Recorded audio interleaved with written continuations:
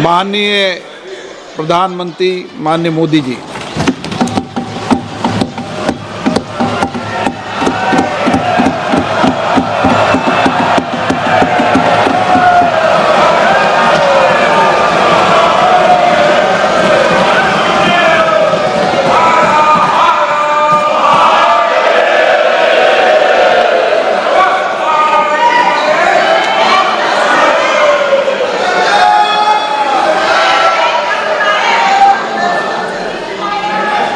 आदरणीय अध्यक्ष जी,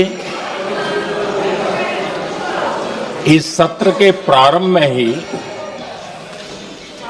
मैं जब मीडिया के साथियों से बात कर रहा था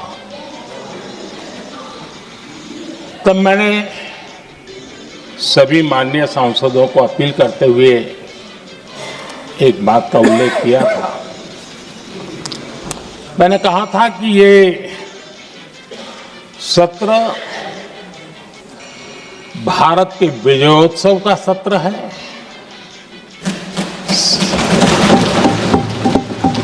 संसद का ये सत्र भारत के गौरवगान का सत्र है।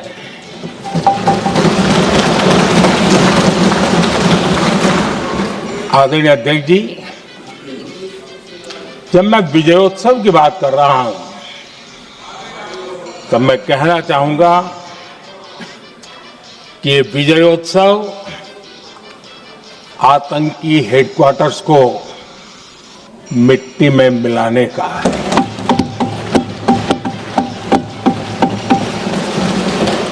जब मैं विजयोत्सव कहता हूं तो ये विजयोत्सव सिंदूर की सौगंध पूरा करने का है।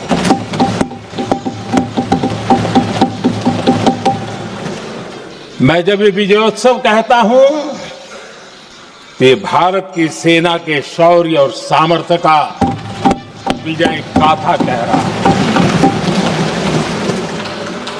जब मैं विजयोत्सव कह रहा हूं तो 140 करोड़ भारतीयों की एकता, इच्छा शक्ति, उसके एक अप्रतिम जीत का विजयोत्सव की बात करता हूं। आदरणीय अध्यक्ष जी, मैं इसी विजय भाव से इस सदन में भारत का पक्ष रखने के लिए खड़ा हुआ।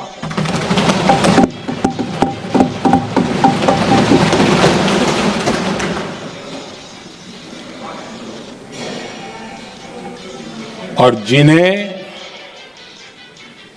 भारत का पक्ष नहीं दिखता है उन्हें मैं आईना दिखाने के लिए खड़ा हुआ।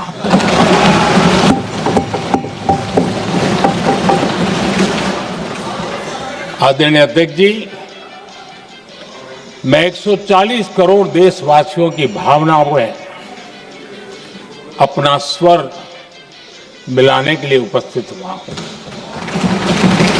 ये 140 करोड़ देशवासियों की भावना के जो गुंज है जिस सदन में सुनाई दी है, मैं उसे अपना एक स्वर मिलाने खड़ा हुआ। आदरणीय अध्यक्ष जी, ऑपरेशन सिंदूर के दरमियान जिस प्रकार से देश के लोगों ने मेरा साथ दिया, मुझे आशीर्वाद दिए, देश की जनता मुझ पर कर्ज है। मैं देशवासियों का आभार व्यक्त करता हूं। मैं देशवासियों का अभिनंदन करता हूं। आदरणीय अध्यक्ष जी, 22 अप्रैल को पहलगाम में जिस प्रकार की क्रूर घटना घटी, जिस प्रकार आतंकवादियों ने निर्दोष लोगों को उनका धर्म पूछ पूछ करके गोलियां मारी, ये क्रूरता की पराकाष्ठा थी। भारत को हिंसा की आग में झोंकने का ये सुविचारित प्रयास था। भारत में दंगे फैलाने की ये साजिश थी। मैं आज देशवासियों का धन्यवाद करता हूं कि देश ने एकता के साथ उस साजिश को नाकाम कर दिया।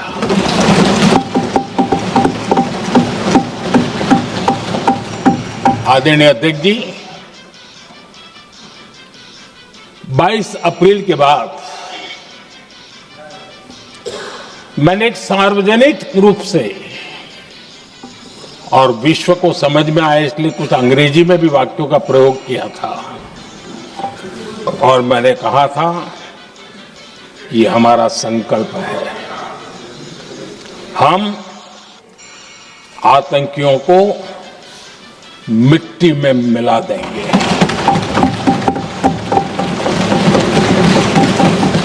और मैंने सार्वजनिक रूप से कहा था, सजा उनके आकाओं को भी होगी और कल्पना से भी बड़ी सजा मिलेगी।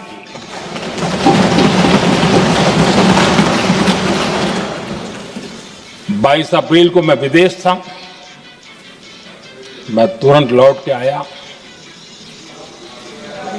और आने के तुरंत बाद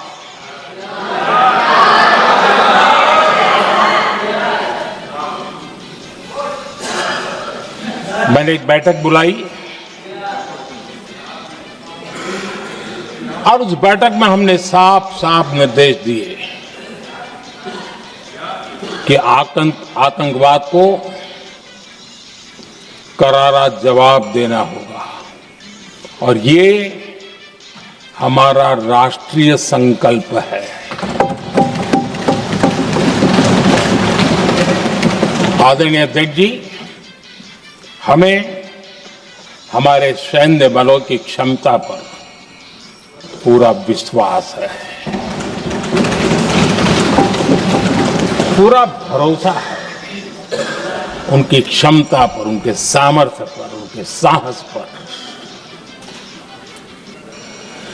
सेना को कार्रवाई की खुली छूट दे दी गई और यह भी कहा गया कि सेना तय करें कब, कहां, कैसे, किस प्रकार से। ये सारी बातें उस मीटिंग में साफ साफ कह दी गई और कुछ बातें उसमें से मीडिया में शायद रिपोर्ट भी हुई है।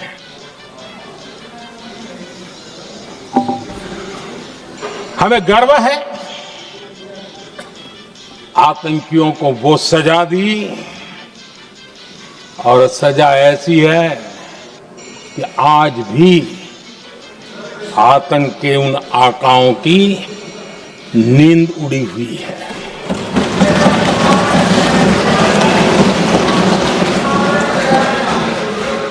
आदरणीय अध्यक्ष जी,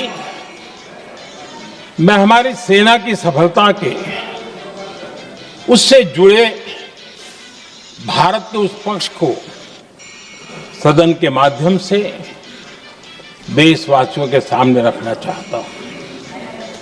पहला पक्ष, पहलगाम हमले के बाद से ही पाकिस्तानी सेना को अंदाजा लग चुका था कि भारत कोई बड़ी कार्रवाई करेगा। उनके तरफ से न्यूक्लियर की धमकियों के भी बयान आना शुरू हो चुके थे। भारत ने 6 मई रात और 7 मई सुबह जैसा तय किया था वैसी कार्रवाई की और पाकिस्तान कुछ नहीं कर पाया। 22 मिनट में 22 अप्रैल का बदला निर्धारित लक्ष्य के साथ हमारी सेना ने ले लिया। दूसरा पक्ष, आदरणीय अध्यक्ष जी, पाकिस्तान के साथ हमारी लड़ाई की तो कई बार हुई है, लेकिन ये पहली ऐसी भारत की रणनीति बनी कि जिसमें पहले जहां कभी नहीं गए थे वहां हम पहुंचे। पाकिस्तान के कोने कोने में आतंकी अड्डों को धुआं धुआं कर दिया गया।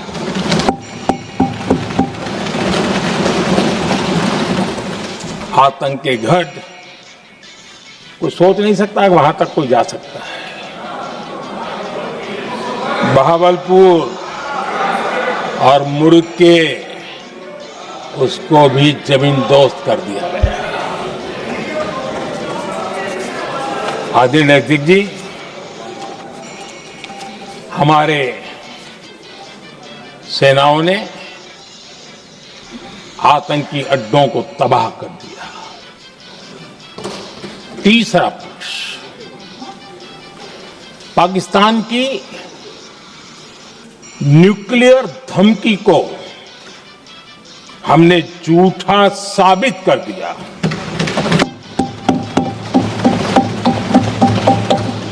भारत ने सिद्ध कर दिया कि न्यूक्लियर ब्लैकमेलिंग अब नहीं चलेगा और न ही ये न्यूक्लियर ब्लैकमेलिंग के सामने भारत झुकेगा। आदरणीय अध्यक्ष जी, चौथा पक्ष, भारत ने दिखाई अपनी तकनीकी क्षमता। पाकिस्तान के सीने पर सटीक प्रहार किया। पाकिस्तान के एयरबेस एसेट्स को भारी नुकसान हुआ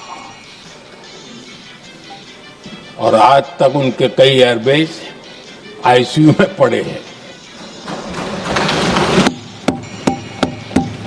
आज टेक्नोलॉजी आधारित युद्ध का युग है। ऑपरेशन सिंदूर इस महारत में भी सफल सिद्ध हुआ है।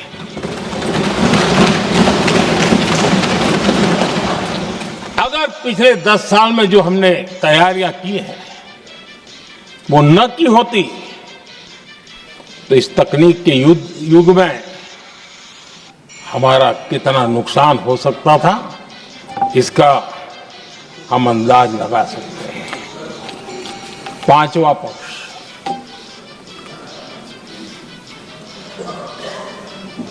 ऑपरेशन सिंदूर के दरमियान पहली बार हुआ जब आत्मनिर्भर भारत की ताकत को दुनिया ने पहचाना। Made in India drone, made in India missile ने पाकिस्तान के हथियारों की पोल खोल करके रख दी।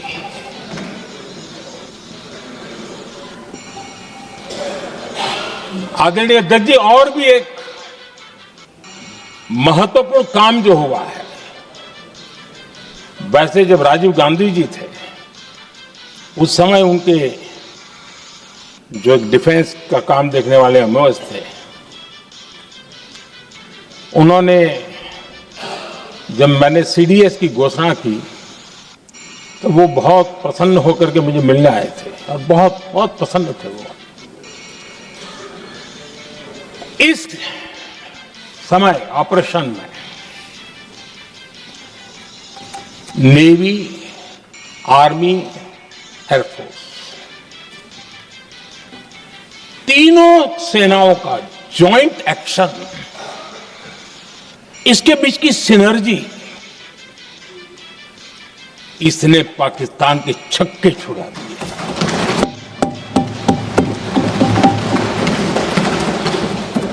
आदरणीय अध्यक्ष जी, आतंक की घटनाएं पहले भी देश में होती थी,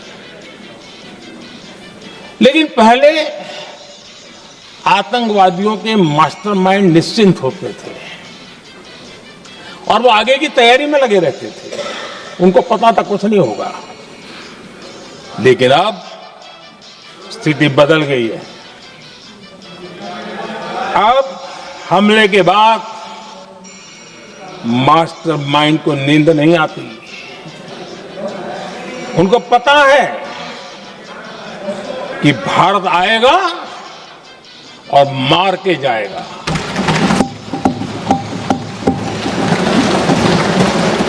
ये न्यू नॉर्मल भारत ने सेट कर दिया है।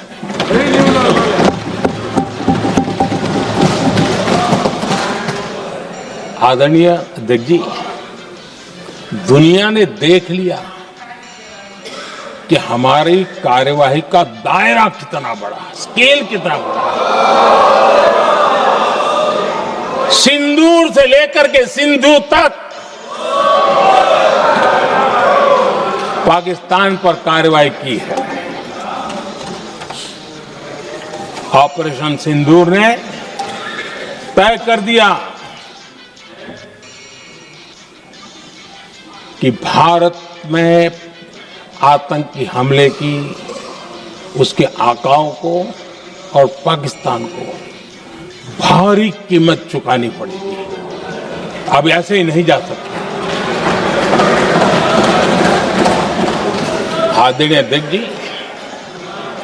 ऑपरेशन सिंदूर से स्पष्ट होता है कि भारत ने 3 सूत्र तय किए हैं।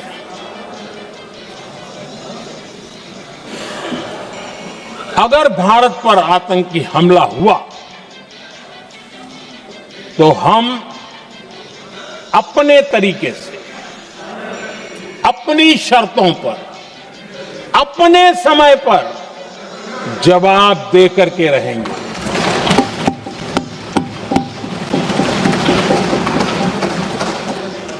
दूसरा,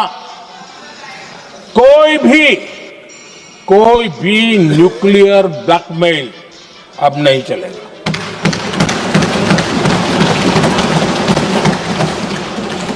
और तीसरा, हम आतंक की सरपरस्त सरकार और आतंक के आकाओं, उनको अलग अलग नहीं देखेंगे। आदरणीय अध्यक्ष जी,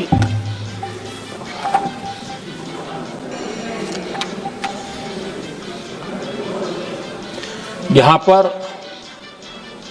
विदेश नीति को लेकर के भी काफी बातें कही गई।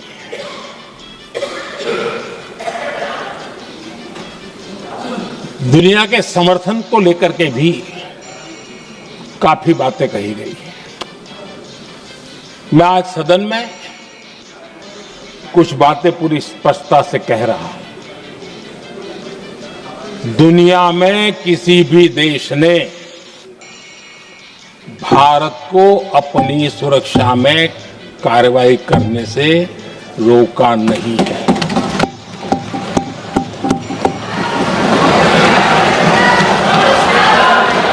संयुक्त राष्ट्र 193 कंट्रीज,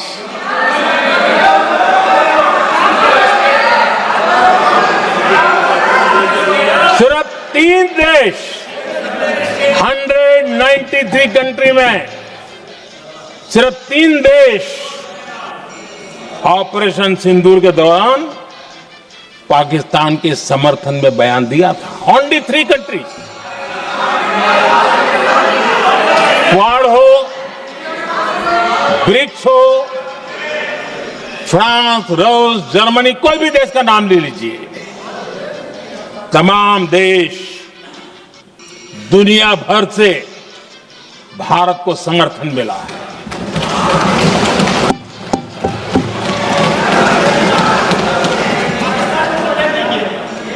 आदरणीय अध्यक्ष जी, दुनिया का समर्थन तो मिला, दुनिया के देशों का समर्थन मिला, माननीय लेकिन ये दुर्भाग्य है कि मेरे देश के वीरों के पराक्रम को कांग्रेस का समर्थन नहीं।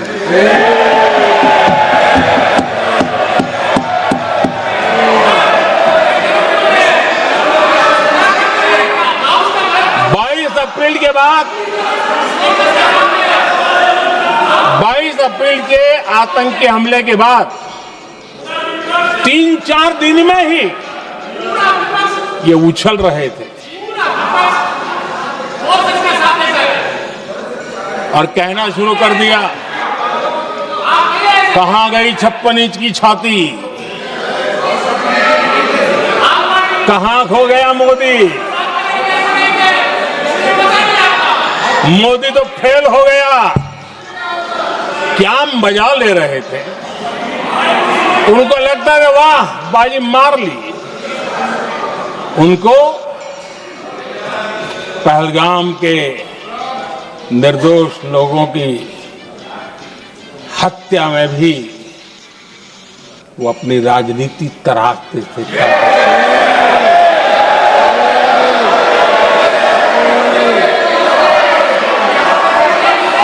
अपनी स्वार्थी राजनीति के लिए मुझ पर निशाना साध रहे थे, लेकिन उनकी ये बयानबाजी, इनका छिछोरापन देश के सुरक्षा बलों का मनोबल गिरा रहा था। माननीय प्रतिपक्ष के नेता, एक मिनट, प्रतिपक्ष के नेता आपकी बात सबने ध्यान से सुनी।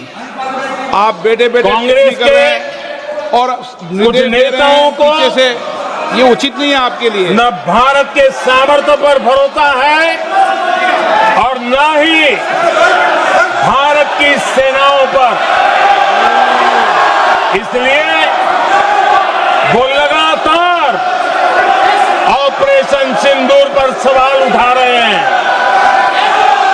ऐसा करके आप लोग मीडिया में हेडलाइंस तो ले सकते हैं, लेकिन देशवासियों के दिलों में जगह नहीं बना सकते।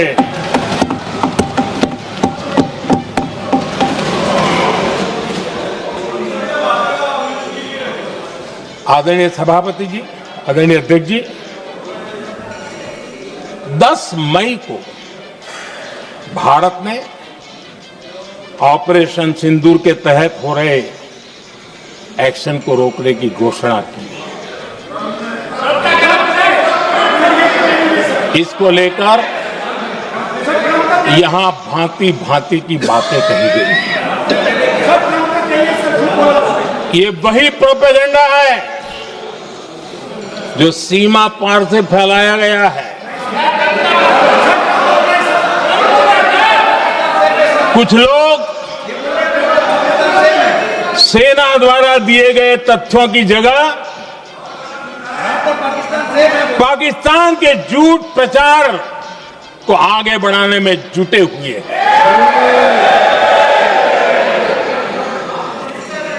जबकि भारत का रुख हमेशा स्पष्ट रहा है।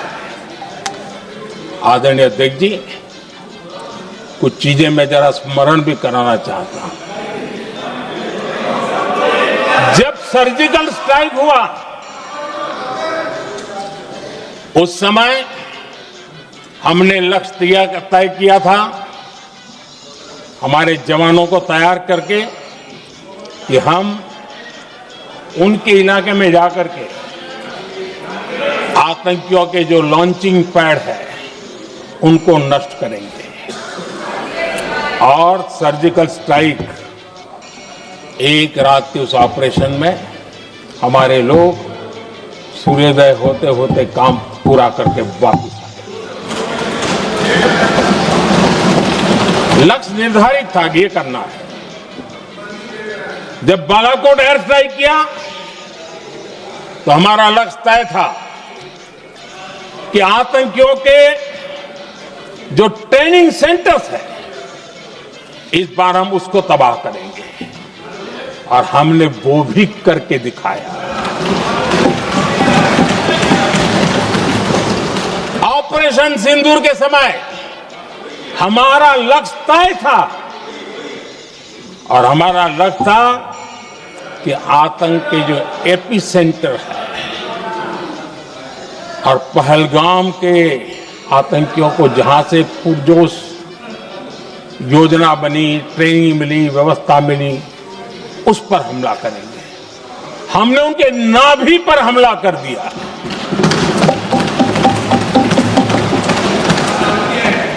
जहां पहलगाम के आतंकियों का रिक्रूटमेंट हुआ, ट्रेनिंग होती थी, फंडिंग होता था, उन्हें टेक्निकल सपोर्ट मिलता था, शस्त्र सरंजाम मिलता था, उस जगह को आइडेंटिफाई किया और हमने सटीक तरीके से ऑपरेशन सिंदूर के तहत आतंकियों की नाभि पे प्रहार कर दिया। और आदरणीय अध्यक्ष जी, इस बार भी हमारी सेना ने 100% लक्ष्यों को हासिल करके देश के सामर्थ्य का परिचय दिया।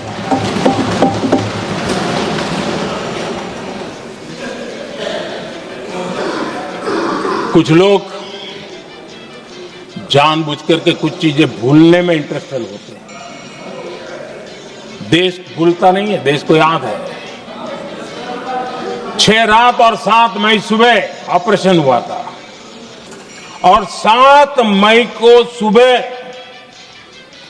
भारत ने प्रेस कॉन्फ्रेंस हमारी सेना ने की, और उस प्रेस कॉन्फ्रेंस में भारत ने स्पष्ट कर दिया था, और पहले दिन से क्लियर था कि हमारा लक्ष्य है आतंकियों के आका, आतंकियों की जो व्यवस्थाएं जहां से होती है वो, और उनके अड्डे, उनको हम ध्वस्त करना चाहते थे। और हमने प्रेस कॉन्फ्रेंस में कह दिया था, हमने हमारा काम कर दिया है, हमने जो तय किया था पूरा कर दिया है। और इसलिए 6-7 मई को ऑपरेशन हमारे हाथ संतोषजनक होने के तुरंत बाद, कल जो राजनाथ जी ने कहा था, मैं डंके की चोट पर दोबारा दोहराता हूं, भारत की सेना ने पाकिस्तान की सेना को चंद मिनटों में बता दिया कि हमारा ये लक्ष्य था, हमने ये लक्ष्य पूरा कर दिया है, ताकि उनको पता चले और हमें भी पता चले कि उनके दिल दिमाग में क्या चलता है।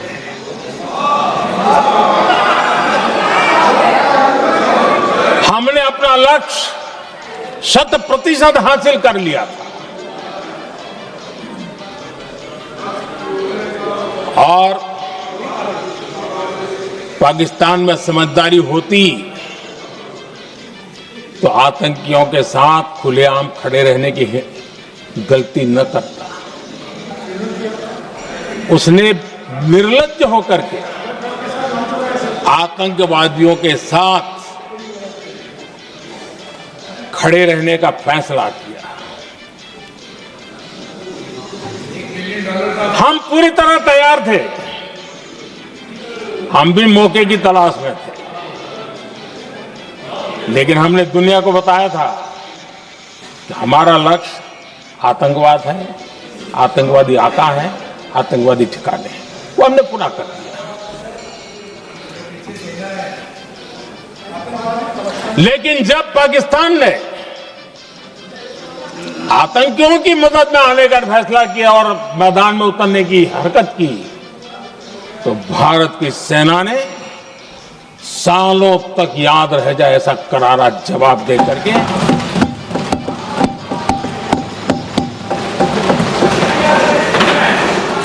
9 मई की मध्य रात्रि और 10 मई की एक प्रकार से सुबह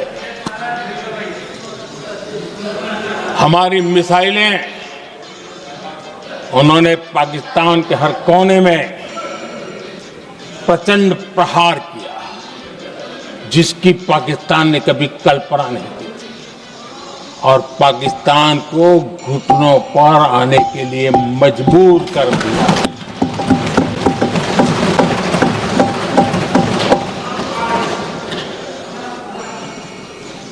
और आपने टीवी में भी देखा है, वहां से क्या बयान आते थे। पाकिस्तान के लोग, अरे मैं तो स्विमिंग पूल में नहा रहा था, कोई कह रहा था मैं तो दफ्तर जाने की तैयारी कर रहा था। हम कुछ सोचे पहले तो भारत ने तो हमला कर दिया। ये पाकिस्तान के लोगों के बयान है और देश ने देखे हैं। स्विमिंग पूल में नहा रहा था।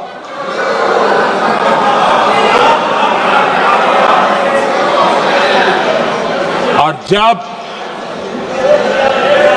इतना कड़ा प्रहार हुआ, पाकिस्तान ने कभी सोचा तक नहीं था, तब जाकर के पाकिस्तान ने फोन करके डीजीएमओ के सामने फोन करके गुहार लगाई, बस करो, बहुत मारा, अब ज्यादा मार झेलने की ताकत नहीं है, प्लीज हमला रोक दो। ये पाकिस्तान के डीजीएमओ का फोन था। और भारत ने तो पहले दिन ही कह दिया था, 7 तारीख सुबह की प्रेस देख लीजिए, कि हमने हमारा लक्ष्य पूरा कर दिया है, अगर आप कुछ करोगे तो महंगा पड़ेगा। और आप फिर ऐसे कैसे चलता है? प्लीज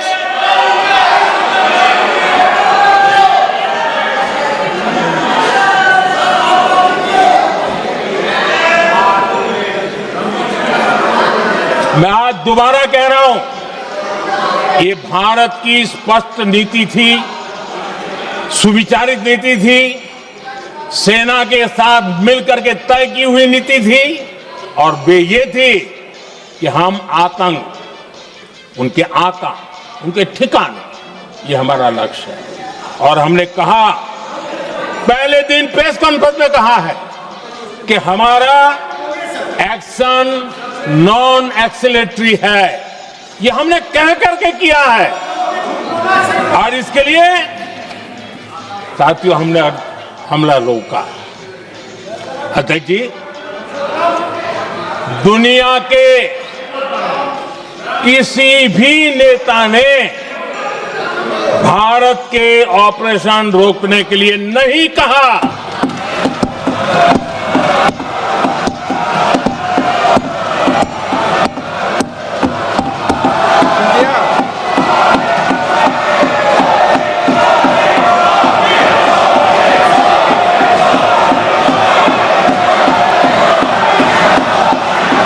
उसी दौरान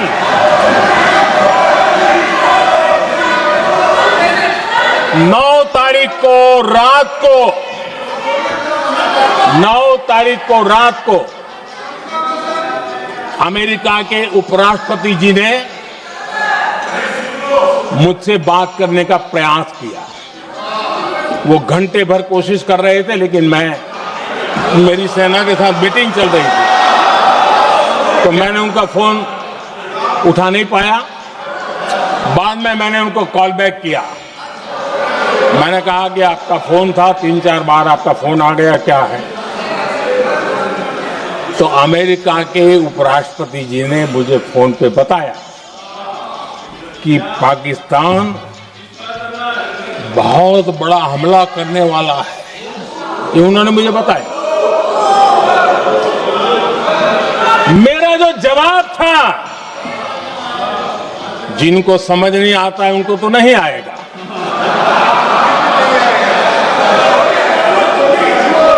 मेरा जवाब था,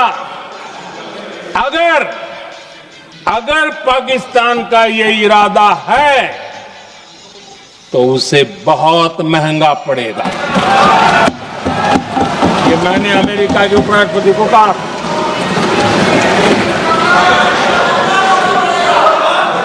अगर पाकिस्तान हमला करेगा तो हम बड़ा हमला कर करके जवाब देंगे। ये मेरा जवाब था। और आगे मेरा एक वाक्य था, मैंने कहा था हम गोली का जवाब गोले से देंगे। ये 9 तारीख रात की बात है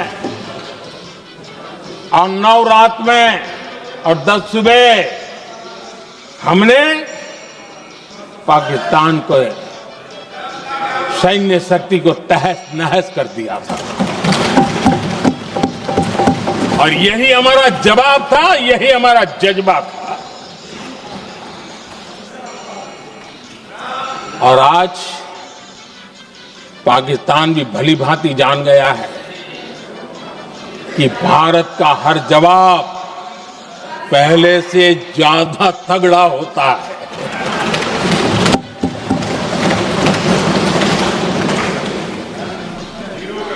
उसे यह भी पता है कि अगर भविष्य में नौबत आई तो भारत आगे कुछ भी कर सकता है।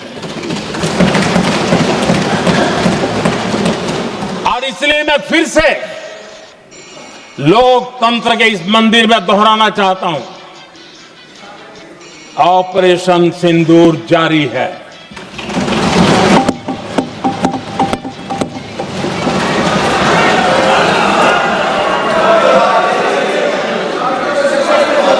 पाकिस्तान ने दुस्साहस की अगर कल्पना की तो उसे करारा जवाब दिया जाएगा।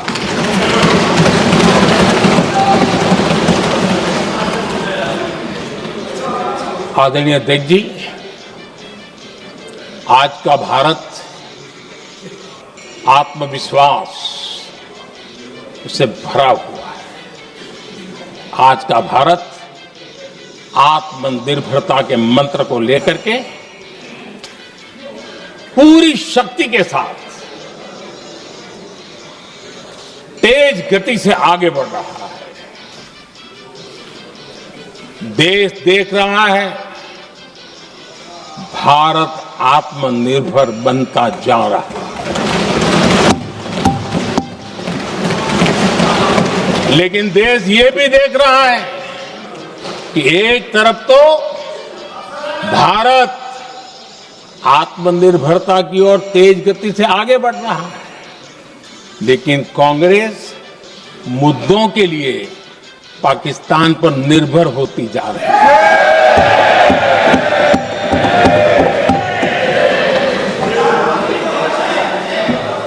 मैं आज पूरा दिन देख रहा था, जो 16 घंटे से जो चर्चा चल रही है, दुर्भाग्य से। प्लीज बैठिए, सब जवाब दे दिया आपका। आप सुनते नहीं, सबका जवाब दे दिया। प्लीज दुर्भाग्य से सुनिए जवाब। कांग्रेस को पाकिस्तान के मुद्दे इंपोर्ट करने पड़ रहे हैं।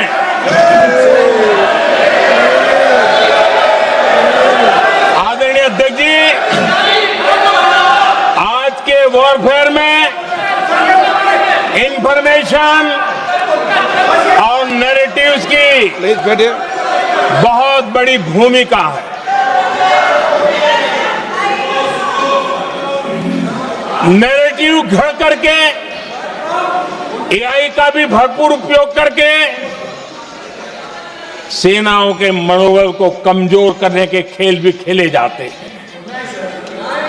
जनता के अंदर अविश्वास पैदा करने के भी भरपूर प्रयास होते हैं। दुर्भाग्य से कांग्रेस और उसके सहयोगी पाकिस्तान के ऐसे ही प्रपंच के प्रवक्ता बन चुके हैं।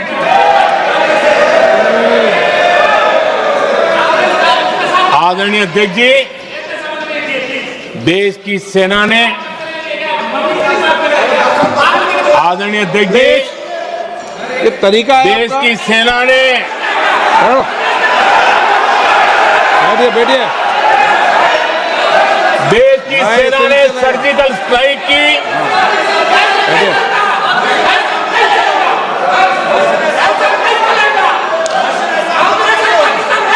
जब बैठिए बैठिए बैठिए। आदरणीय अध्यक्ष जी, देश की सेना ने सफलतापूर्वक सर्जिकल स्ट्राइक की तो तुरंत कांग्रेस वालों ने सेना से सबूत मांगे थे, लेकिन जब उन्होंने देश का मूड देखा, देश का मिजाज देखा, तो सुर उनके बदलने लगे और बदल करके क्या कहने लगे? कांग्रेस के लोगों ने कहा, ये सर्जिकल स्ट्राइक क्या बड़ी बात है,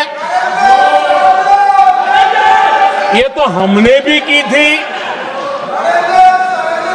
एक ने कहा 3 सर्जिकल स्ट्राइक की थी, दूसरे ने कहा 6 सर्जिकल स्ट्राइक की थी, तीसरे ने कहा 15 सर्जिकल स्ट्राइक की थी। जितना बड़ा नेता उतना बड़ा आंकड़ा चल रहा था।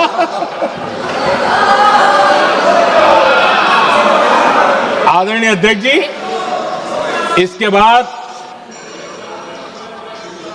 बालाकोट में सेना ने एयर स्ट्राइक की। अब एयर स्ट्राइक तो ऐसी थी कि वो कुछ कह नहीं सकते थे, इसलिए ये तो नहीं कहा कि भाई हमने भी की थी। उसमें तो उन्होंने समझदारी दिखाई, लेकिन फोटो मांगने लगे। एयर स्ट्राइक हुई तो फोटो दिखाओ, क्या कहां गिरा, क्या तोड़ा, कितना तोड़ा, कितने मरे, भाई यही पूछते रहे। पाकिस्तान भी यही पूछता, ये भी यही पूछते थे। इतना ही नहीं, आदरणीय अध्यक्ष जी, जब पायलट अभिनंदन पकड़े गए तो पाकिस्तान में तो खुशी का माहौल होना स्वाभाविक था कि उनके हाथ में भारतीय सेना का एक पायलट उनके हाथ लगा था। लेकिन यहां पर भी कुछ लोग थे जो कानों कानों में कह रहे थे, अब मोदी फंसा, अब अभिनंदन वहां आए, मोदी ला करके दिखा दे, अब देखते हैं मोदी क्या करता है। और डंके की चोट पर अभिनंदन वापिस आए।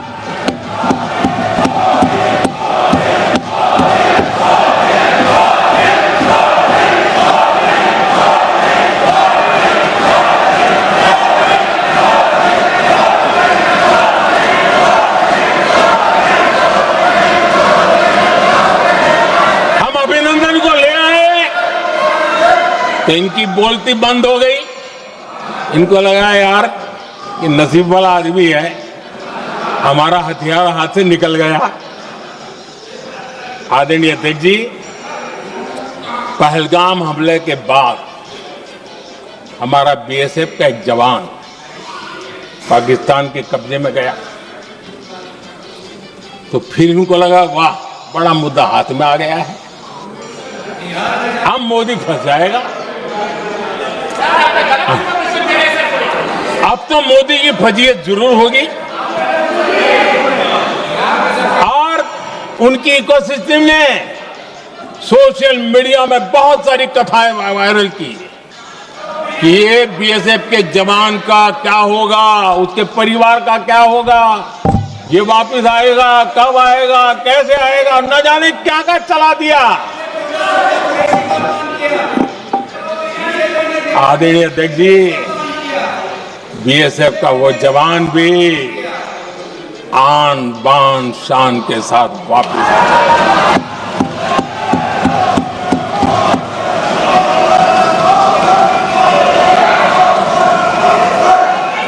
आतंकवादी रो रहे हैं, आतंकवादियों के आका रो रहे हैं, और उनको रोते देखकर यहां भी कुछ लोग रो रहे हैं।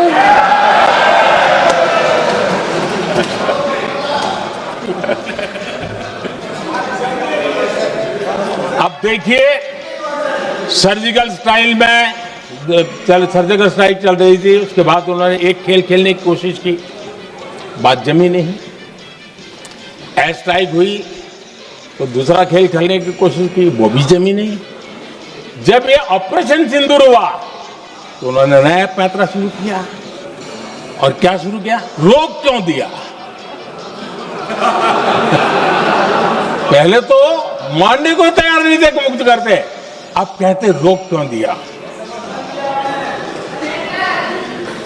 बाहरे बयान बहादुरों,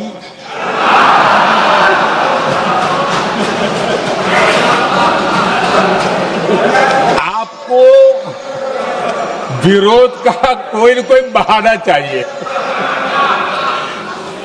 और इसलिए सिर्फ मैं नहीं, पूरा देश आप पर हंस रहा है।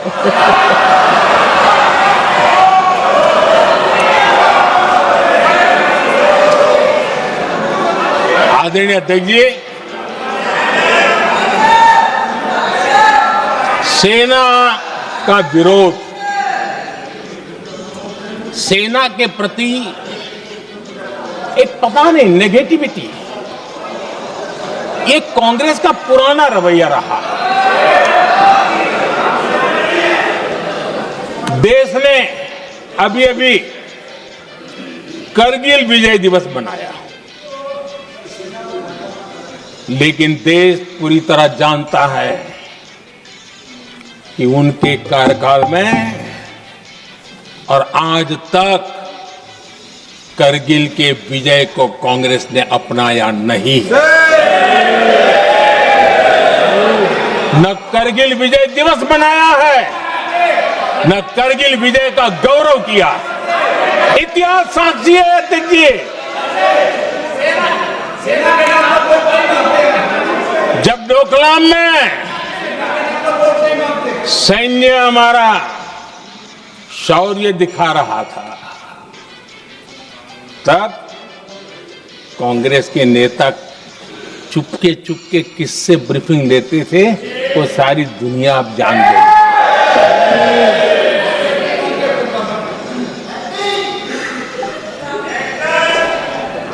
आप निकाल दीजिए पाकिस्तान के सारे बयान, और यहां हमारा विरोध करने वाले लोगों के बयान फुल स्टॉप कॉमा के साथ एक है।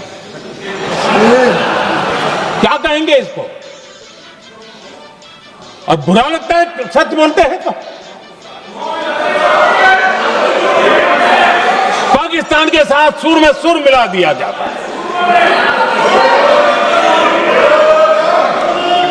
आदरणीय अध्यक्ष जी, देश हैरान है, कांग्रेस ने पाकिस्तान को क्लीन चिट दे दी है।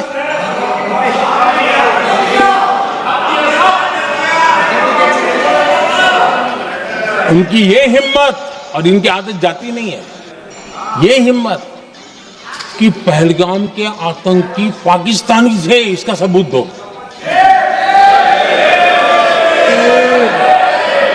क्या कह रहे हो तुम लोग? तो कौन सा तरीका है? और यही मांग पाकिस्तान कर रहा है जो कांग्रेस कर रही है। और आदरणीय अध्यक्ष जी, आज जब सबूतों की कोई कमी नहीं है, सब कुछ आंखों के सामने दिखता है, तब ये हालत है। अगर ये सबूत ना होते तो क्या करते ये लोग, आप बताइए। आदरणीय अध्यक्ष जी,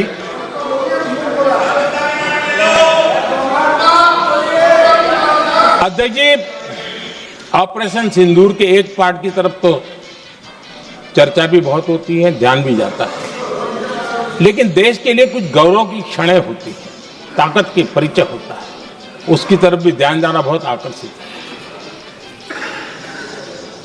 हमारे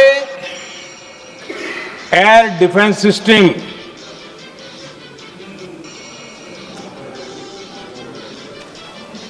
दुनिया में इसकी चर्चा है।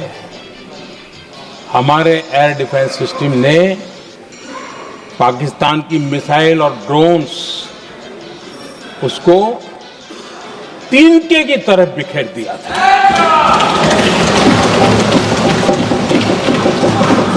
आदरणीय अध्यक्ष जी, मैं एक आंकड़ा आज बताना चाहता हूं,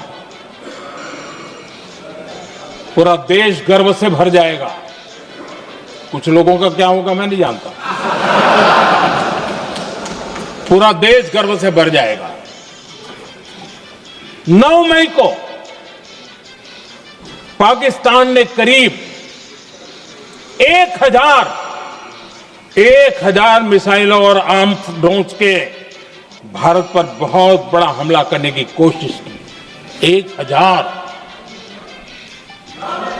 ये मिसाइलें भारत के किसी भी हिस्से पर गिरती तो वहां भयंकर तबाही मचती, लेकिन 1000 मिसाइल्स और ड्रोन्स को भारत ने आसमान में ही चूर चूर कर दिया।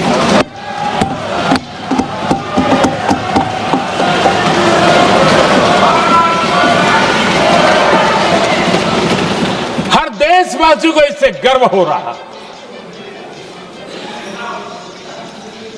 लेकिन जैसे कांग्रेस के लोग इंतजार कर रहे थे, कुछ तो गड़बड़ होगी यार, मोदी मरेगा, कहीं तो फंसेगा।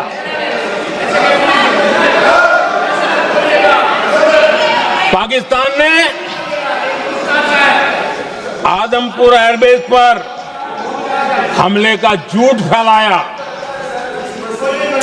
उस झूठ को बेचने की भरपूर कोशिश की, पूरी ताकत दी लगा दी। मैं अगले ही दिन आदमपुर पहुंचा और खुद जाकर के उनके झूठ को मैंने बेनकाब कर दिया। तब जाकर के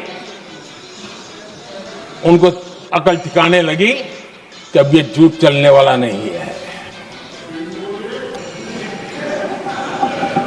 आदरणीय अध्यक्ष जी, जो हमारे छोटे दलों के साथी हैं, जो राजनीति में नए हैं, उनको कभी शासन में रहने का अवसर नहीं मिला, उनसे कुछ बातें निकलती मैं समझ सकता, लेकिन कांग्रेस पार्टी ने इस देश में लंबे समय तक राज किया है, उसको शासन की व्यवस्थाओं का पूरा पता है, उन चीजों से वो निकले हुए लोग हैं, उनके लिए शासन व्यवस्था क्या होती इसकी समझ पूरी है, अनुभव है उनके पास। उसके बाद भी विदेश मंत्रालय तुरंत जवाब दे, उसको स्वीकारना नहीं, विदेश मंत्री जवाब दे, इंटरव्यू दे, बार बार बोले, उसको स्वीकारना नहीं, गृह मंत्री बोले, रक्षा मंत्री बोले, किसी पर भरोसा नहीं। जिसने इतने सालों तक राज किया, उनको देश की व्यवस्थाओं पर अगर भरोसा नहीं है, तब शक उठता है कि क्या हालत हो गई है इनकी। आदरणीय अध्यक्ष जी, अब कांग्रेस का भरोसा पाकिस्तान के रिमोट कंट्रोल से बनता है और बदलता है।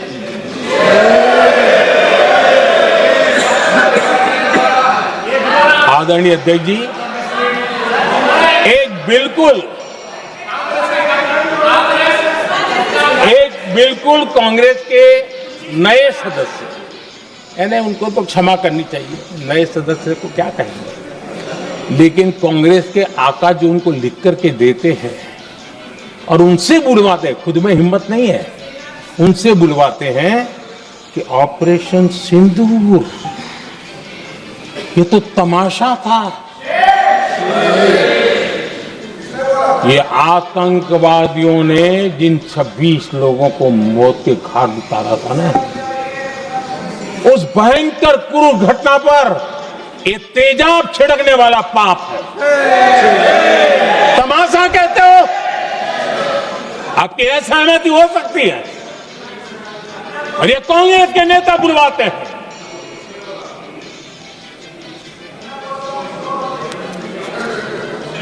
आदरणीय अध्यक्ष जी, पहलगाम के हमलावरों को कल हमारे सुरक्षा बलों ने ऑपरेशन महादेव करके अपने अंजाम तक पहुंचाया।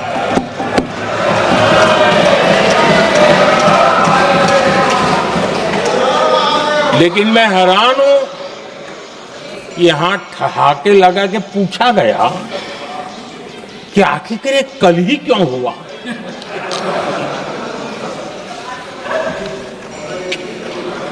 अब ये क्या हो गया है मुझे समझ नहीं आ रहा है। क्या ये ऑपरेशन के लिए कोई सावन महीने का सोमवार ढूंढा गया था क्या? क्या हो गया है इन लोगों को? हताशा, निराशा इस हद तक।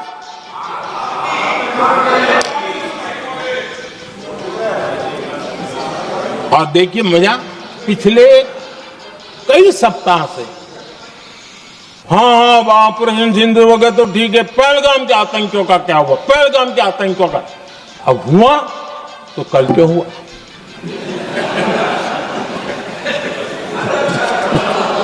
और कल ही क्यों हुआ? क्या हाल है अध्यक्ष जी का। आदरणीय अध्यक्ष जी,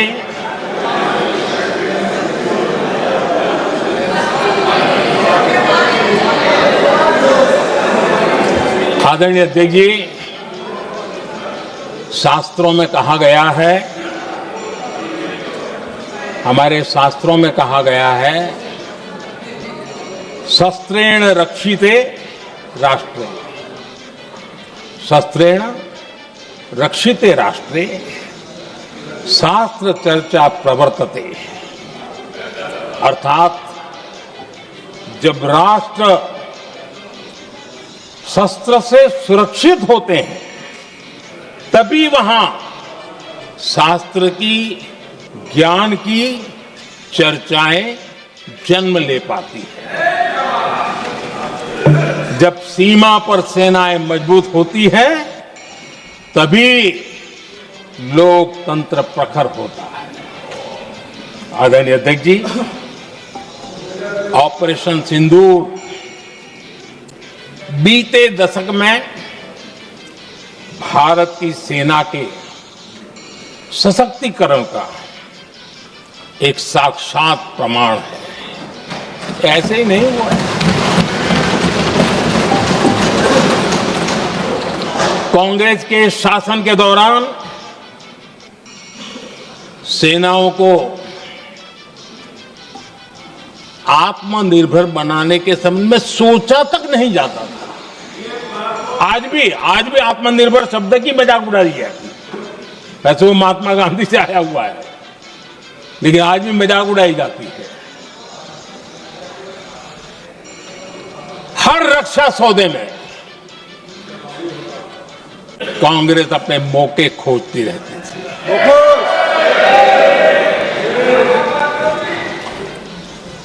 छोटे छोटे हथियारों को लिए विदेशों पर निर्भरता, ये इनका कार्यकाल रहा है। Bullet proof jacket, night vision camera तक नहीं होते थे, और लंबा लिस्ट है। जीप से शुरू होता है, बफो, हेलीकॉप्टर, हर चीज के साथ घोटाला जुड़ा हुआ है। आदरणीय अध्यक्ष जी, हमारी सेनाओं को आधुनिक हथियारों के लिए दशकों तक इंतजार करना पड़ा। आजादी के पहले, और इतिहास गवाह, एक जमाना था जब डिफेंस मैन्युफैक्चरिंग में भारत का आवाज सुनाई देती थी। जिस समय तलवारों से लड़ा जाता था ना, तब भी तलवारें भारत की श्रेष्ठ मानी जाती थी। हम डिफेंस के इक्विपमेंट में आगे थे। लेकिन आजादी के बाद जो एक मजबूत डिफेंस इक्विपमेंट मैन्युफैक्चरिंग का हमारा दायरा था, जो हमारा पूरा इकोसिस्टम था, उसको सोच समझ करके तबाह कर दिया गया,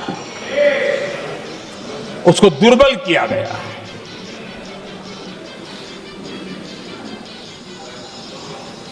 रिसर्च और मैन्युफैक्चरिंग के लिए रास्ते बंद कर दिए गए।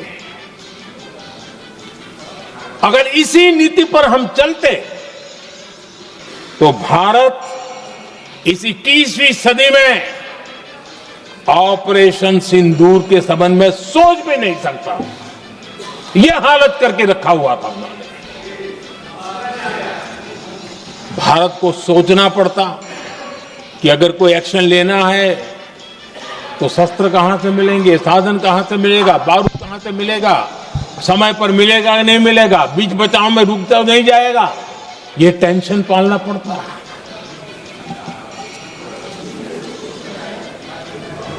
आदरणीय अध्यक्ष जी, बीते एक दशक में मेक इन इंडिया हथियार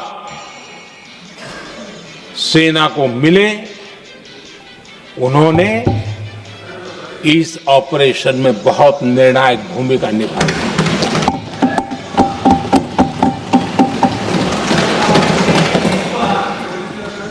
आदरणीय अध्यक्ष जी, एक दशक पहले भारत के लोगों ने संकल्प लिया, हमारा देश सशक्त, आत्मनिर्भर और आधुनिक राष्ट्र बने। रक्षा, सुरक्षा, हर क्षेत्र में बदलाव के लिए एक के बाद एक ठोस कदम उठाए गए, सीरीज ऑफ रिफॉर्म्स किए गए और देश में सेना में जो रिफॉर्म्स हुए हैं, जो आजादी के बाद पहली बार हुए। चीफ ऑफ डिफेंस स्टाफ की नियुक्ति, ये विचार कोई नया नहीं था, दुनिया में प्रयोग भी चलते हैं, भारत में निर्णय नहीं होते थे। हमने, ये बहुत बड़ा रिफॉर्म था, हमने किया और बहुत ही, मैं हमारी तीनों सेनाओं का अभिनंदन करता हूं कि इस व्यवस्था को उन्होंने दिल से सहयोग किया है, दिल से स्वीकार किया है। सबसे बड़ी ताकत जॉइंटनेस और इंटीग्रेशन की। इस समय नेवी हो, एयरफोर्स हो, आर्मी हो, ये इंटीग्रेशन और जॉइंटनेस ने हमारी ताकत को अनेक गुना बढ़ा दिया और उसका परिणाम भी हमें नजर में आया है, ये हमने करके देखा है। सरकार की जो डिफेंस प्रोडक्शन की कंपनियां थी, उसमें हमने रिफॉर्म किए। शुरुआत में वहां पर आग लगाना, आंदोलन करवाना, हड़तालें करवाने के खेल चल रहे थे, अभी भी बंद नहीं हुए हैं, लेकिन देश हित को सर्वोपरि मान करके उन डिफेंस इंडस्ट्री के हमारे जो लोग थे सरकारी व्यवस्था में, उन्होंने इसको मन से लिया, रिफॉर्म को स्वीकार किया और वो भी आज बहुत प्रोडक्टिव बन गए। इतना ही नहीं, हमने प्राइवेट सेक्टर के लिए भी डिफेंस के दरवाजे खोल दिए हैं और आज भारत का प्राइवेट सेक्टर आगे आ रहा है। आज स्टार्टअप्स डिफेंस के क्षेत्र में हमारे 27-30 साल के नौजवान, टियर 2, टियर 3 सिटी के नौजवान, कई कुछ जगह तो बेटियां स्टार्टअप का नेतृत्व कर रही है। डिफेंस के सेक्टर में सैकड़ों की तादाद में आज स्टार्टअप काम कर रहे हैं। ड्रोन्स, एक प्रकार से मैं कह सकता हूं, ड्रोन्स की जितनी भी एक्टिविटी हमारे देश में हो रही है, शायद एवरेज 30-35 की उम्र होगी जो लोग कर रहे हैं, वो सारे लोग, और सैकड़ों की तादाद में कर रहे हैं। और उसका ताकत, क्योंकि इनका भी योगदान था इसमें, जिन्होंने इस प्रकार के प्रोडक्शन किए हैं, और वो हमें ऑपरेशन सिंदूर में बहुत काम आए। मैं उन सबके प्रयासों को बहुत साधुवाद करता हूं और मैं उनको विश्वास दिलाता हूं, आगे बढ़िए, अब देश रुकने वाला नहीं है। आदरणीय अध्यक्ष जी, डिफेंस सेक्टर में मेक इन इंडिया ये नारा नहीं था। हमने इसके लिए बजट पॉलिसी में जो परिवर्तन करना था, जो नए इनिशिएटिव ले रहे थे, वो नए इनिशिएटिव लिए। और सबसे बड़ी बात, क्लियर कट विजन के साथ हमने देश में make in India defence sector के अंदर तेज गति से हम आगे बढ़ रहे हैं। आदरणीय अध्यक्ष जी, एक दशक में डिफेंस का बजट लगभग पहले से 3 गुना हुआ है। डिफेंस प्रोडक्शन में करीब करीब 250% वृद्धि हुई है, 250% वृद्धि हुई है। 11 वर्षों में डिफेंस एक्सपोर्ट 30 गुना से भी ज्यादा बढ़ा है, 30 गुना से ज्यादा। डिफेंस एक्सपोर्ट आज दुनिया के करीब 100 देशों तक हम पहुंचे।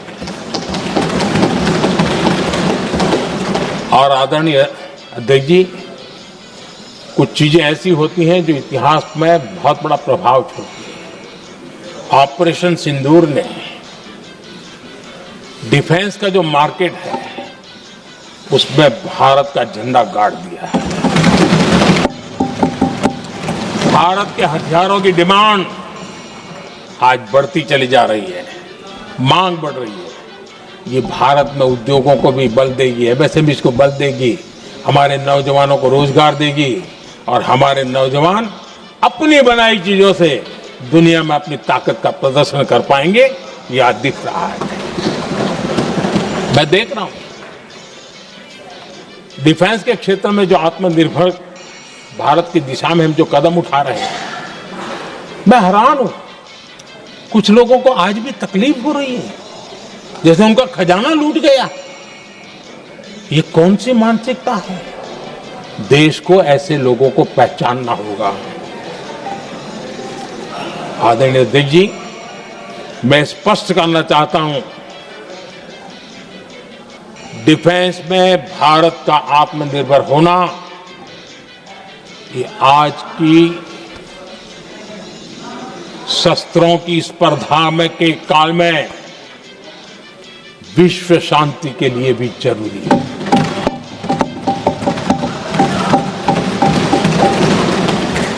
मैं पहले भी कह चुका हूं, भारत युद्ध का नहीं, बुद्ध का देश है। हम समृद्धि, शांति चाहते हैं,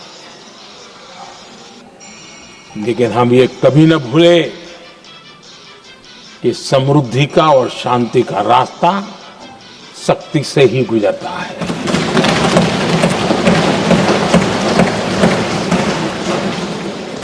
आदरणीय अध्यक्ष जी, हमारा भारत छत्रपति शिवाजी महाराज, महाराजा रणजीत सिंह, राजेंद्र चोला, महाराणा प्रताप, लसित बोरफुकन और महाराजा सुहेलदेव का देश है।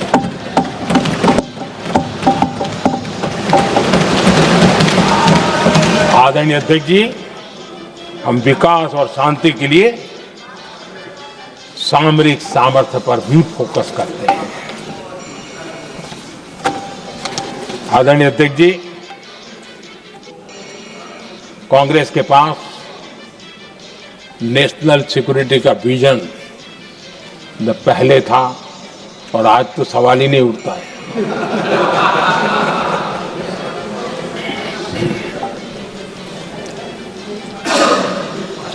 कांग्रेस ने हमेशा नेशनल सिक्योरिटी पर समझौता किया। आज जो लोग पूछ रहे हैं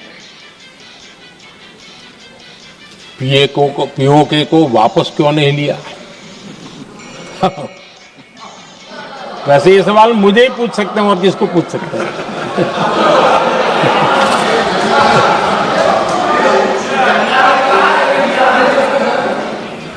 लेकिन इसके पहले जवाब देना होगा पूछने वालों को। किसकी सरकार ने पीओके पर पाकिस्तान को कब्जा करने का अवसर दिया? जवाब साफ है, जवाब साफ है। जब भी मैं नेहरू जी की चर्चा करता हूं तो कांग्रेस और उसका पूरा इकोसिस्टम बिलबिला जाता है, पता नहीं क्या है। आदरणीय अध्यक्ष जी, हम एक शेर सुना करते थे, मुझे ज्यादा इसका ज्ञान तो नहीं है लेकिन सुनते थे। लम्हों ने खता की और सदियों ने सजा पाई। आजादी के बाद से ही जो फैसले लिए गए उनकी सजा आज तक देश भुगत रहा है।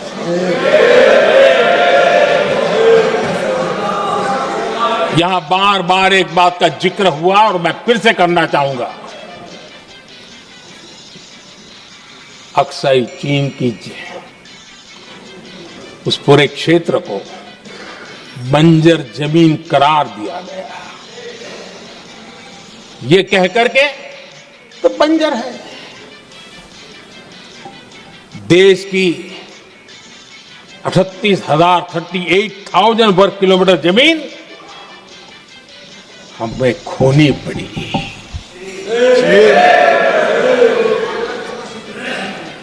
आदरणीय अध्यक्ष जी, मैं जानता हूं मेरी कुछ बातें चुभने वाली है।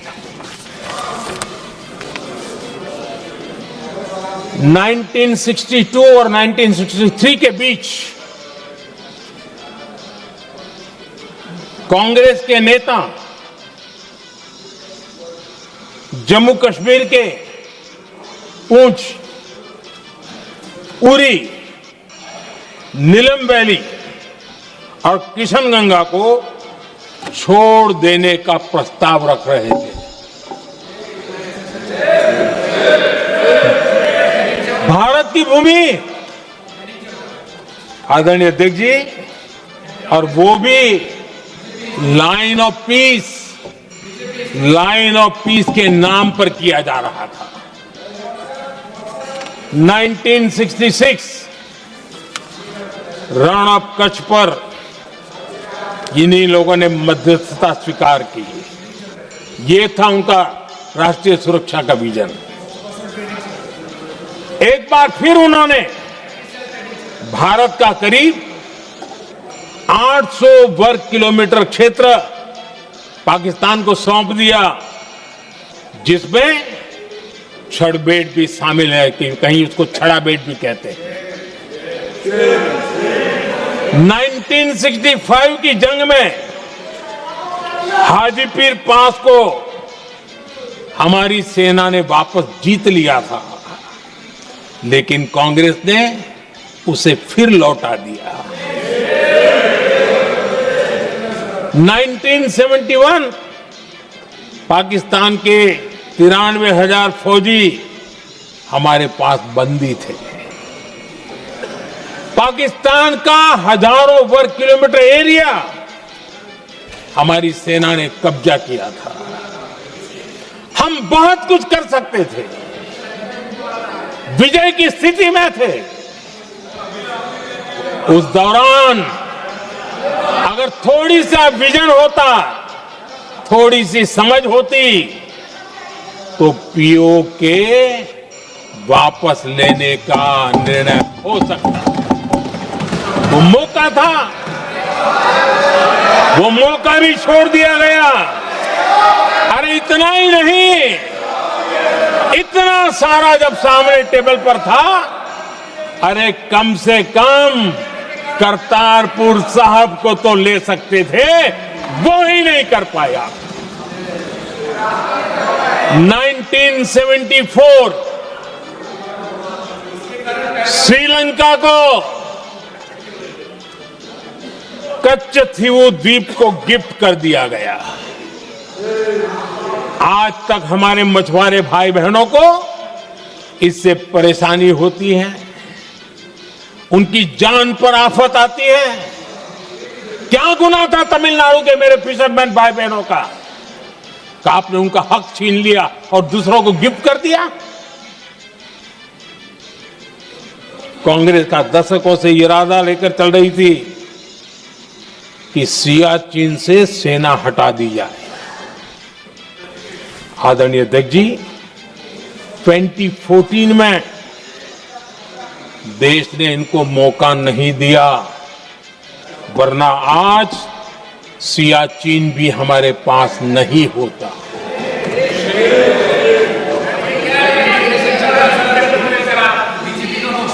आदरणीय अध्यक्ष जी, आजकल कांग्रेस के जो लोग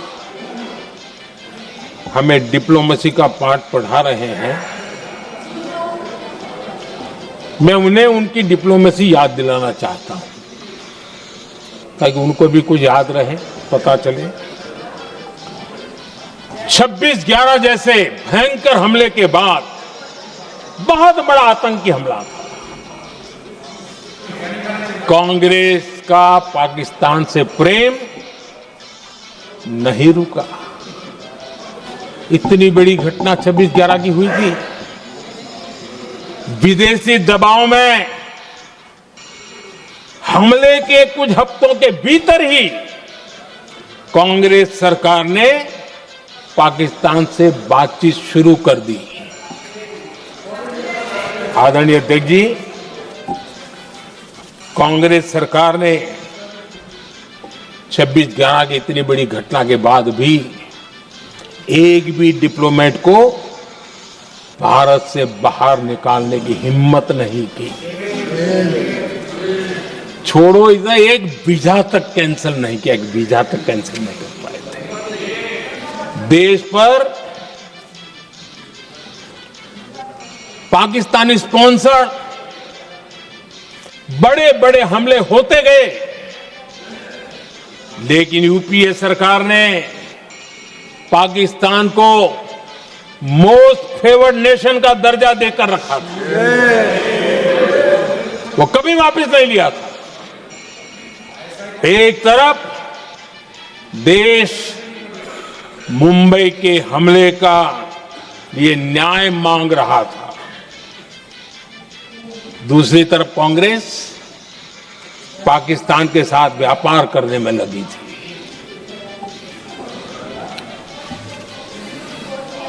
पाकिस्तान वहां से खून की होली खेलने वाले आतंकियों को भेजते रहे और कांग्रेस यहां अमन की आश के मुशायरे किया करती थी। मुशायरे होते थे। हमने आतंकवाद और अमन की आस का ये वन वे ट्रैफिक बंद कर दिया।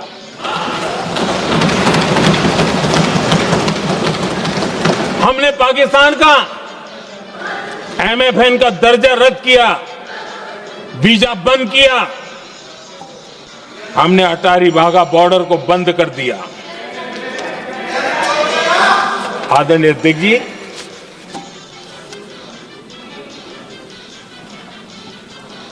भारत के हितों को गिरवी रख देना ये कांग्रेस की पार्टी की पुरानी आदत है।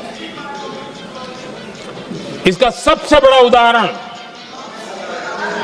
सिंधु जल समझौता है। सिंधु जल समझौता किसने किया? नेहरू जी ने किया। और मामला किससे जुड़ा था? भारत से निकलने वाली नदियां, हमारे यहां से निकली हुई नदियां। उसका वो पानी था। और वो नदियां हजारों साल से भारत की सांस्कृतिक विरासत रही है, भारत की चैतन्य शक्ति रही है।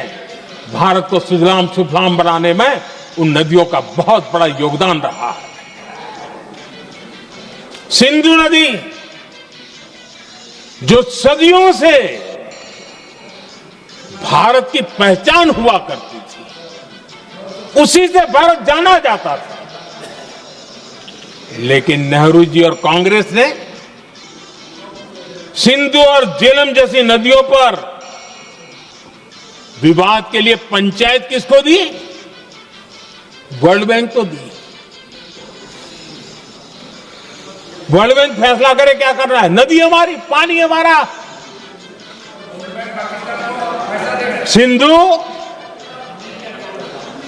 सिंधु जल समझौता सीधा सीधा भारत की अस्मिता और भारत के स्वाभिमान के साथ किया गया बहुत बड़ा धोखा था।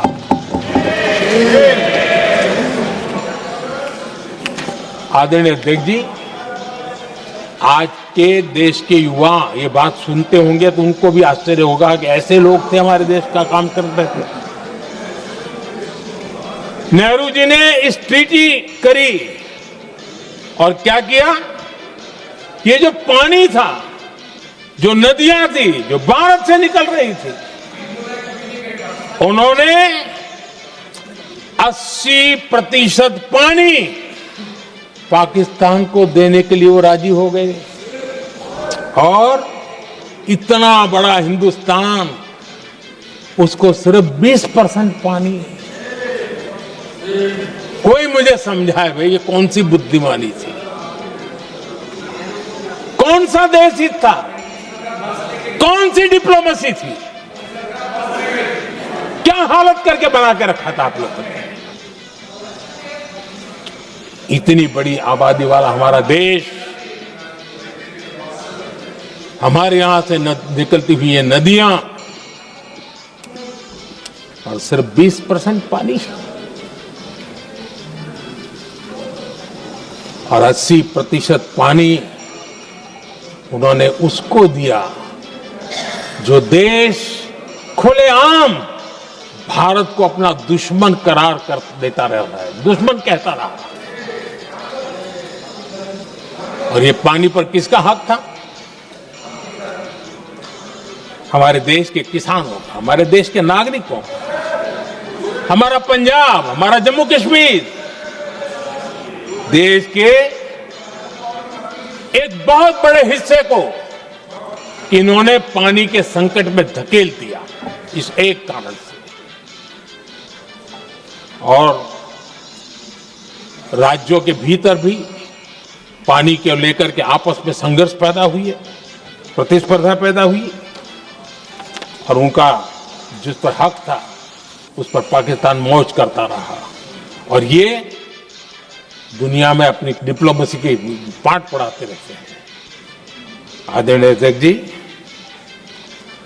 अगर ये ट्रीटी न होती तो पश्चिमी नदियों पर कई बड़ी परियोजनाएं बनती।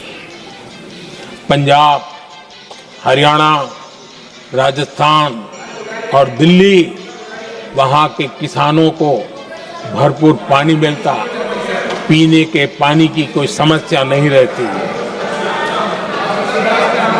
औद्योगिक प्रगति के लिए भारत बिजली बना पाता। इतना ही नहीं, नेहरू जी ने इसके उपरांत करोड़ों रुपए भी दिए ताकि पाकिस्तान नहर बना सके।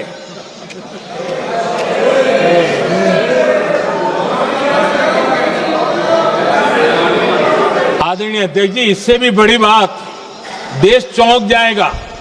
ये चीजें छिपाई गई है, दबा दी गई है। कहीं भी बांध बनता है तो उसमें एक मैकेनिज्म होता है उसकी सफाई का, डीसिल्टिंग का। उसमें जो मिट्टी भर जाती है, बाकी घास वगैरह आकर के भर जाता है तो उसकी कैपेसिटी कम होती है, तो उसकी सफाई के लिए यानी इनबिल्ट व्यवस्था होती है। नेहरू जी ने पाकिस्तान के कहने पर यह शर्त स्वीकार की है कि इन बांध में जो मिट्टी आएगी, कूड़ा कचरा आएगा और बांध भर जाएगा, इसकी सफाई नहीं कर सकते, डिसिल्टिंग नहीं कर सकते हैं। बांध हमारे यहां, पानी हमारा, लेकिन निर्णय पाकिस्तान का कि आप डिसिल्टिंग नहीं कर सकते। इतना ही नहीं, जब इस बार मैं डिटेल में गया तो एक बांध तो ऐसा है कि जहां ये डिसिल्टिंग के लिए जो गेट होता है ना, उसको वेल्डिंग कर दिया गया है ताकि कोई गलती से भी खोल करके मिट्टी को निकाल ना दे। पाकिस्तान ने नेहरू जी से लिखवा दिया था कि भारत बिना पाकिस्तान की मर्जी अपने बांधों में जमा होने वाली मिट्टी साफ नहीं करेगा, डिसिल्टिंग नहीं करेगा। ये समझौता देश के खिलाफ था और बाद में नेहरू जी को भी ये गलती माननी पड़ी। इस समझौते में निरंजन दास गुलाटी करके एक सज्जन उसमें जुड़े हुए थे। उन्होंने एक किताब लिखी है। उस किताब में उन्होंने लिखा है कि फरवरी 1961 में नेहरू ने उनसे कहा था, गुलाटी, मुझे उम्मीद थी कि यह समझौता अन्य समस्याओं के समाधान का रास्ता खोलेगा, लेकिन हम वहीं हैं जहां पहले थे। ये नेहरू जी ने कहा। नेहरू जी केवल तत्कालिक प्रभाव देख पा रहे थे, इसलिए उन्होंने कहा कि हम वहीं के वहीं हैं, लेकिन सच्चाई ये कि इस एग्रीमेंट के कारण देश बहुत पिछड़ गया, देश बहुत पीछे चल गया और देश का बहुत नुकसान हुआ। हमारे किसानों को नुकसान हुआ, हमारी खेती को नुकसान हुआ।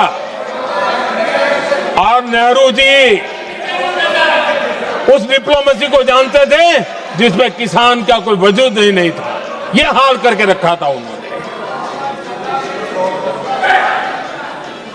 आदरणीय अध्यक्ष जी, पाकिस्तान आगे दशकों तक भारत के साथ युद्ध और छद्म युद्ध, प्रॉक्सी वॉर करता ही रहा, लेकिन कांग्रेस की सरकारों ने बाद में भी सिंधु जल समझौते की तरफ देखा तक नहीं, नेहरू जी की गलती को सुधारा तक नहीं। आदरणीय अध्यक्ष जी, लेकिन अब भारत ने पुरानी गलती को सुधारा है, ठोस निर्णय लिया है। भारत ने नेहरू जी द्वारा किए गई बहुत बड़ी ब्लंडर, सिंधु जल समझौते को देश हित में, किसानों के हित में एबेंस में रख दिया है। देश का अहित करने वाला ये समझौता अब इस रूप में आगे नहीं चल सकता। भारत ने तय कर दिया है, खून और पानी साथ साथ नहीं बह सकते।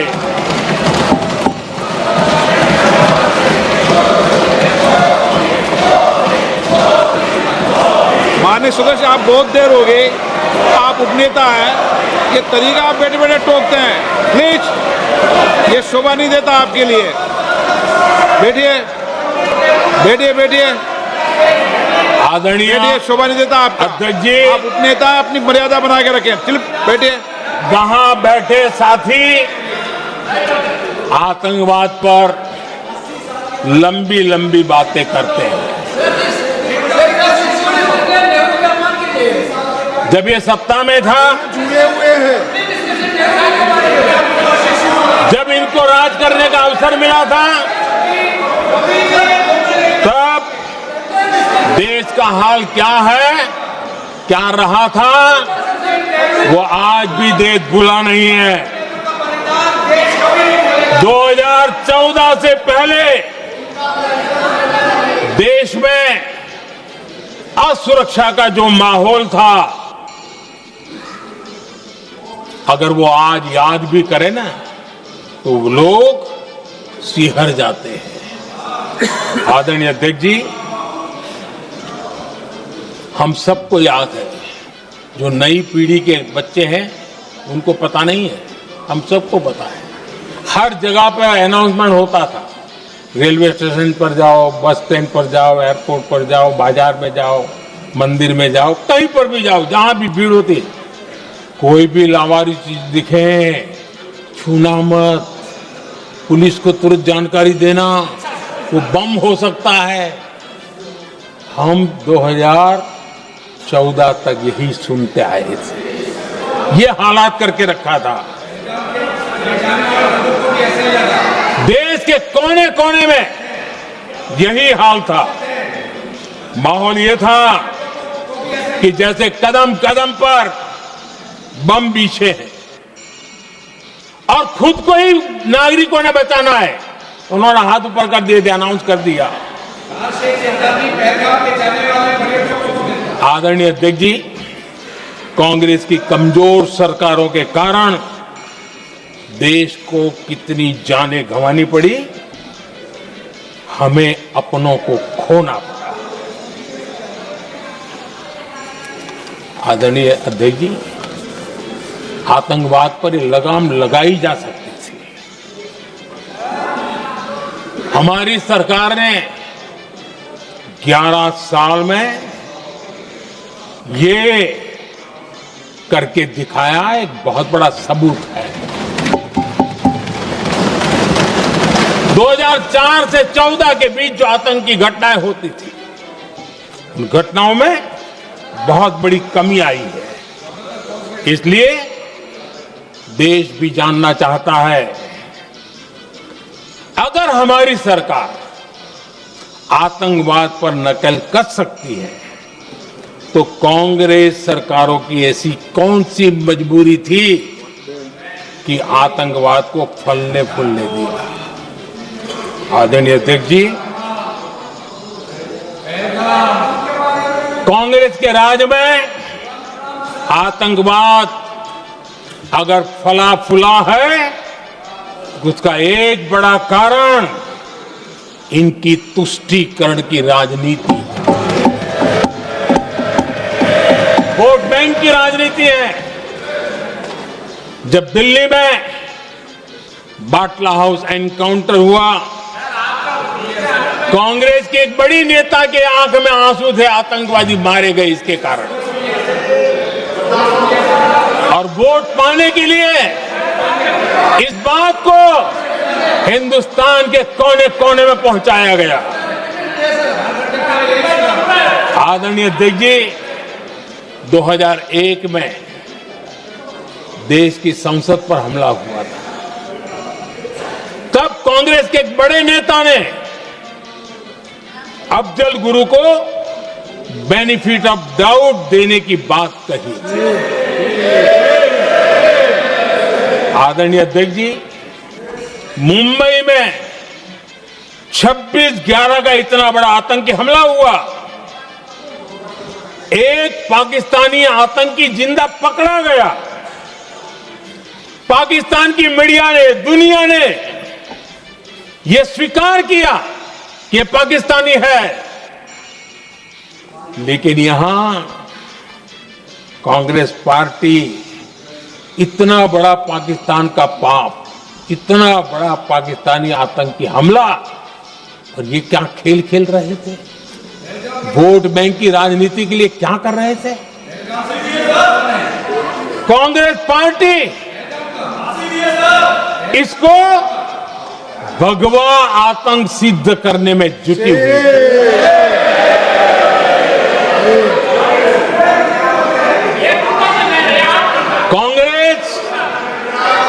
दुनिया को हिंदू आतंकवाद की छड़ी बेचने में लगी हुई थी।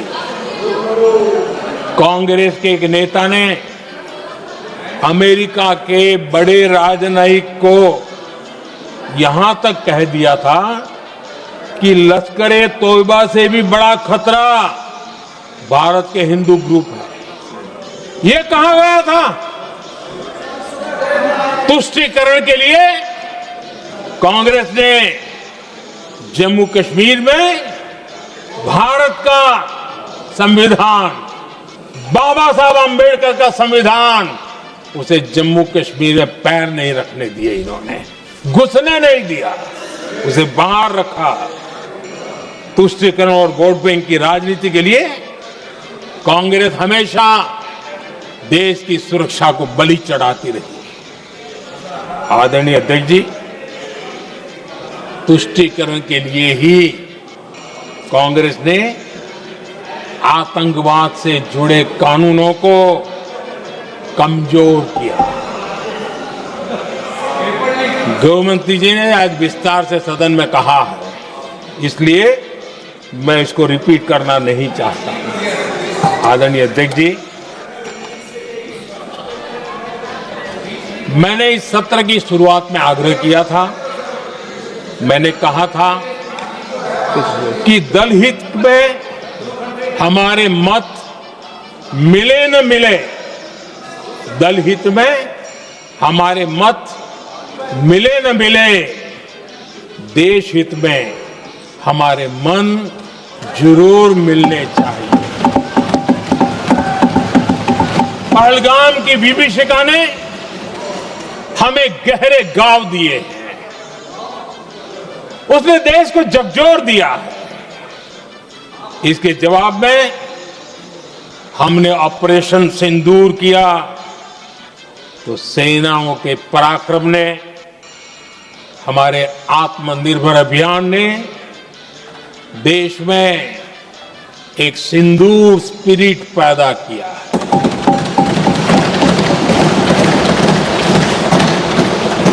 ये सिंदूर स्पिरिट हमने तब भी देखी जब दुनिया भर में हमारे प्रतिनिधि मंडल भारत की बात बताने गए।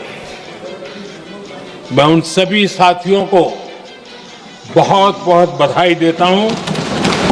आपने बहुत ही प्रभावी ढंग से भारत की बात डंके की चोट पर दुनिया के सामने रखी।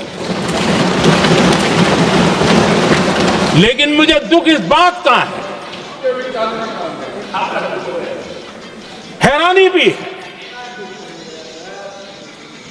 जो खुद को कांग्रेस के बड़े नेता समझते हैं, उनके पेट में दर्द हो रहा है कि भारत का पक्ष दुनिया के सामने क्यों रखा गया। शायद कुछ नेताओं को सदन में बोलने पर भी पाबंदी लगा दी गई।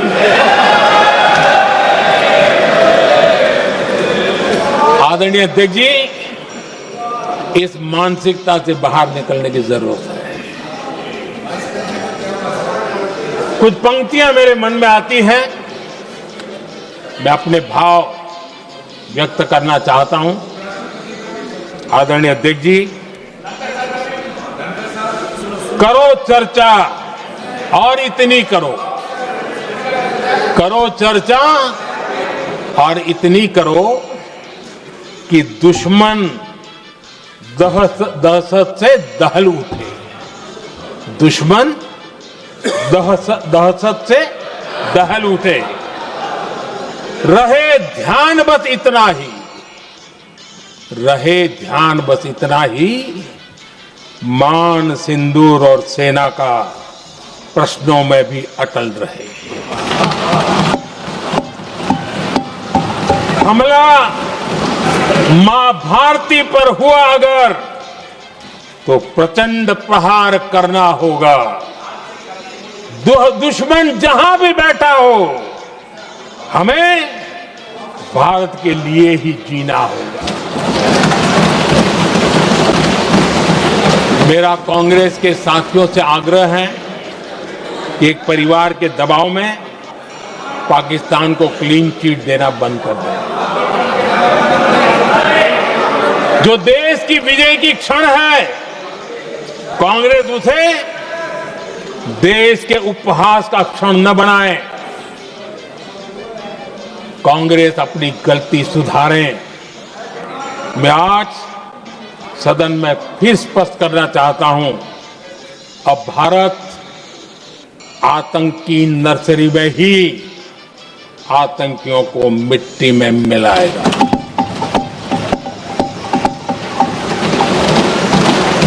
हम पाकिस्तान को भारत के भविष्य से खेलने नहीं देंगे और इसलिए ऑपरेशन सिंदूर खत्म नहीं हुआ है, ऑपरेशन सिंदूर जारी है। और ये पाकिस्तान के लिए भी नोटिस है। वो जब तक भारत के खिलाफ आतंक का रास्ता रोकेगा नहीं, तब तक भारत एक्शन लेता रहेगा। भारत का भविष्य सुरक्षित और समृद्ध होगा, यही हमारा संकल्प है। इसी भाव के साथ मैं फिर से सभी सदस्यों को सार्थक चर्चा के लिए धन्यवाद देता हूं। और आदरणीय अध्यक्ष जी, मैंने भारत का पक्ष रखा है, भारत के लोगों की भावनाओं को व्यक्त किया है। मैं सदन का फिर से आभार व्यक्त करता हूं। बहुत बहुत धन्यवाद।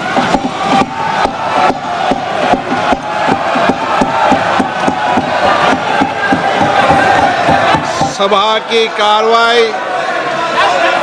बुधवार दिनांक 30 जुलाई 2025 को प्राप्त 11 बजे तक के लिए स्थगित की जाती है।